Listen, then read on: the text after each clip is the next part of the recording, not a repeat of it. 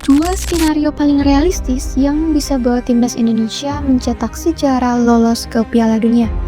Oke, sebelum kita bahas skenarionya, kita harus tahu terlebih dahulu timnas kita lagi di mana posisinya sekarang. Jadi gini, timnas Indonesia lagi berjuang di grup C kualifikasi Piala Dunia 2026 zona Asia. Di grup ini ada tim-tim kuat seperti Jepang, Australia, Arab Saudi, dan juga Bahrain serta China. Nah, sampai saat ini, posisi timnas Indonesia lagi nangkring di peringkat keempat dengan 9 poin. Memang sempat naik ke posisi 3 setelah menang lawan Arab Saudi dengan mengoleksi 6 poin dari 6 pertandingan.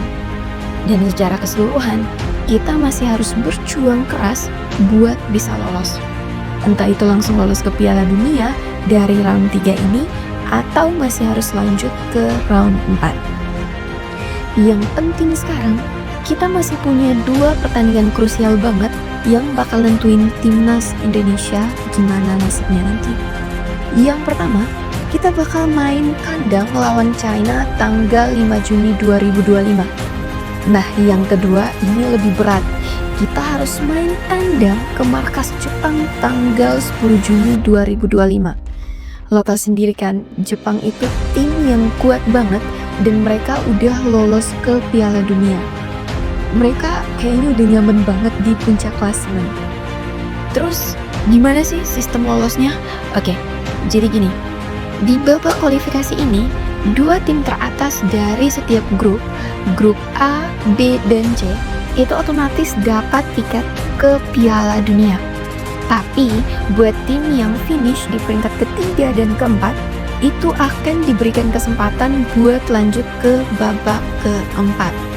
Nah, di babak keempat nanti, akan ada 6 tim, yakni ada peringkat 3 dan juga 4 dari 3 grup, yang bakal dibagi lagi jadi 2 grup. Dan masing-masing grup itu isinya 3 tim. Nah, mereka bakal main di tempat netral dan juara dari setiap grup ini bakal langsung lolos ke Piala Dunia.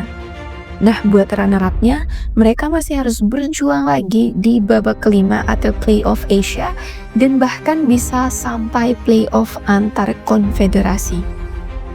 Nah, sekarang kita masuk ke bagian yang paling seru nih. Gimana sih caranya biar timnas Indonesia bisa beneran lolos ke Piala Dunia 2026?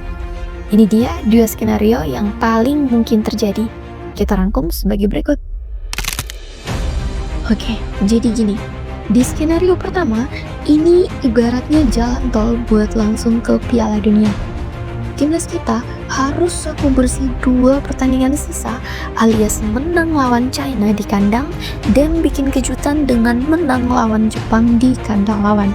Tapi gak cuma itu, kita juga harus berharap Australia gak dapat lebih dari 1 poin di 2 pertandingan terakhir mereka. Sekarang Australia posisinya di atas kita dengan 13 poin, sementara kita 9 poin. Jadi, kita butuh keajaiban kecil dari hasil pertandingan lain. Dan yang lebih realistisnya itu kayak gini. Di pertandingan ke-9, Indonesia kalahkan China, Jepang kalahkan Australia, dan Bahrain imbang lawan Arab Saudi. Dengan posisi klasemen, Jepang 23 poin, Australia 13 poin, Indonesia 12 poin, serta Arab Saudi 11 poin. Untuk pertandingan ke-10, Indonesia kalahkan Jepang, Arab Saudi kalahkan Australia, dan China kalahkan Bahrain. Dengan posisi klasemen akhir, Jepang 23 poin, Indonesia 15 poin, Arab Saudi 14 poin, serta Australia 13 poin. Nah, buat skenario kedua, ini jalannya agak nyesat dikit, tapi masih ada harapan. Kuncinya, kita harus menang lawan China di kandang. Nah, kalau lawan Jepang, hasil seri atau bahkan kalah tipis masih bisa diterima, asalkan kita bisa jaga selisih gol. Nah, selain itu, kita juga berharap Bahrain kalah atau minimal seri lawan Arab Saudi. Soalnya, Bahrain juga lagi ngejar poin buat bisa lolos, dan yang lebih realistisnya kayak gini. Indonesia kalahkan China, Jepang kalahkan Australia, serta Bahrain kalahkan Arab Saudi. Nah, dengan hasil ini, maka posisi klasemen sementara adalah Jepang 23 poin, Australia 13 poin, Indonesia 12 poin, serta Arab Saudi 10 poin.